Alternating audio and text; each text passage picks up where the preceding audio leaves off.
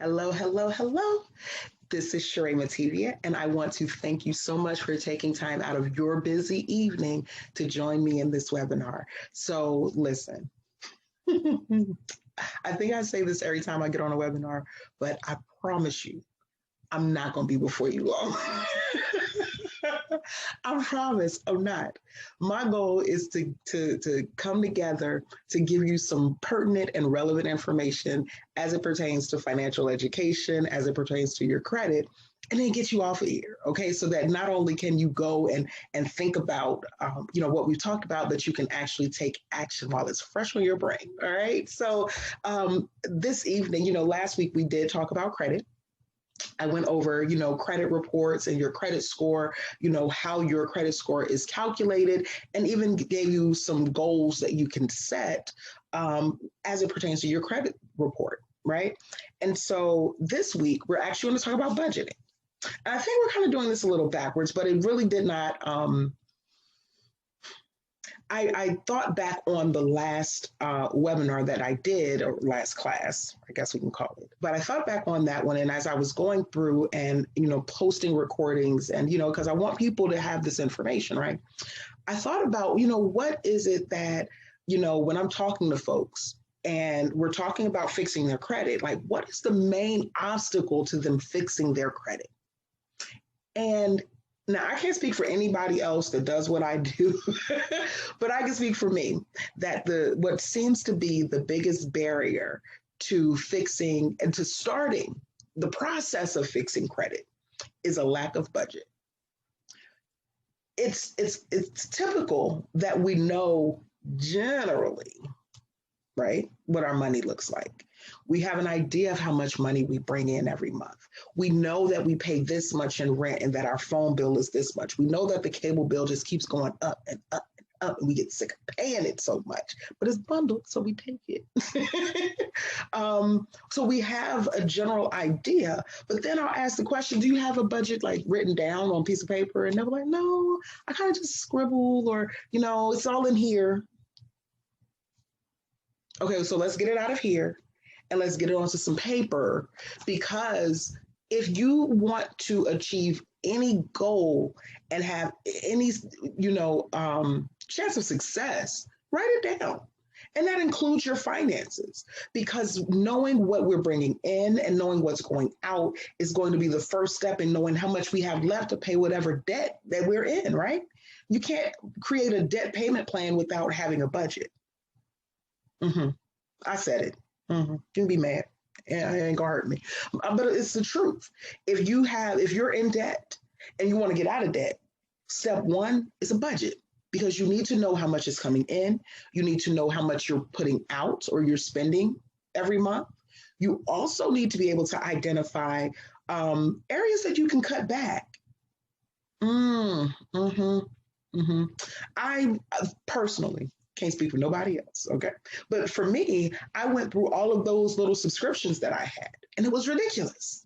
It was ridiculous. Absolutely no business paying, the amount of money in subscriptions. Not nothing that's tangible, not nothing that I can eat.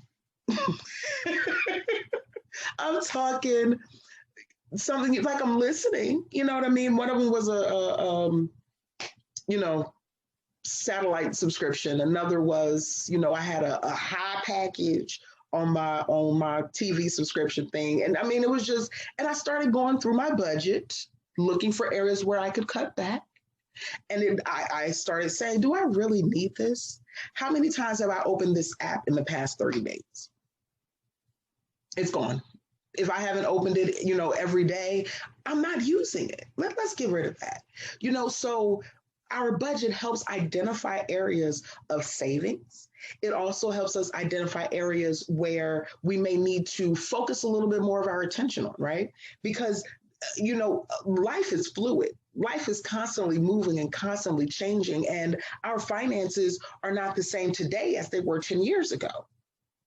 So I would do myself and my family a tremendous disservice if I did not look at, review, and update my budget on a regular, consistent basis. And now listen, I'm going to say this, and I think I talk with my hands too much. I'm sorry, y'all. But let me say this. the thing that I have learned as I have embarked myself on this credit restoration and repair journey is that if you're going to see some really good results, you have to be consistent. You have to make it a habit to do the things that are going to boost your credit score, that are going to enhance your finances, that are going to do you a favor. You cannot continue year after year making financial decisions that are negatively impacting you.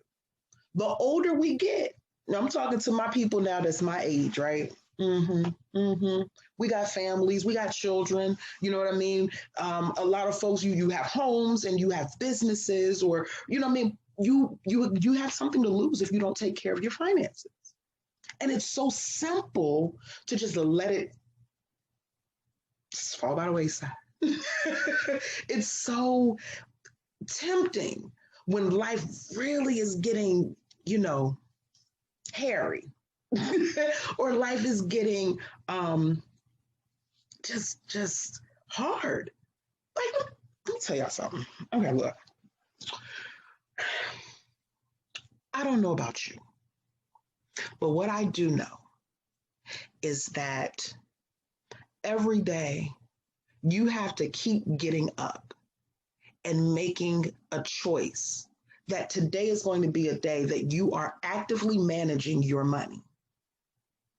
We are no longer going to keep just absent-mindedly spending money, right? Those days are over. We are going to be intentional. How many people say that they want to buy a home? You want to purchase a home, right? Some of you have said that you want to buy a new car. Perfect.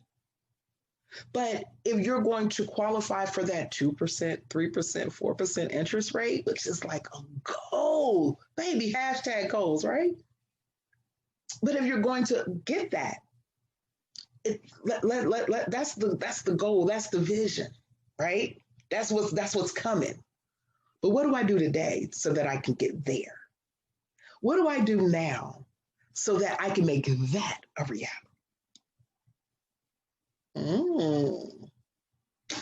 Budget. Create a budget. There are two major type of budget. It's a zero-based budget. There's also the 50-20-30 budget. Look them up, y'all. Budget. If you listen, and I will say this, if you need a worksheet, like hit me up, text me, put it in the chat or something. But I have some worksheets that I can send you. You know what I mean? Like I have a budgeting worksheet that I will share with you for absolutely for free. It won't cost you a dime to start working on your budget today. All you got to do is just hit it, drop it in the chat there, or text me, DM me, whatever. Reach out and get this budgeting worksheet. And I actually have a template for both. So if you want to learn about both of these, just let me know. And then we will go from there. Okay. What I also wanted to talk about was savings, because we know that just in general in America, we don't save enough, right? You know, how many people have money squirreled away for an emergency? You know, a minimum of $500 that's sitting in a bank account somewhere that untouched, that if there was an emergency, a car repair, the refrigerator goes out, anything, you have that money sitting there. That's not the vacation fund, y'all.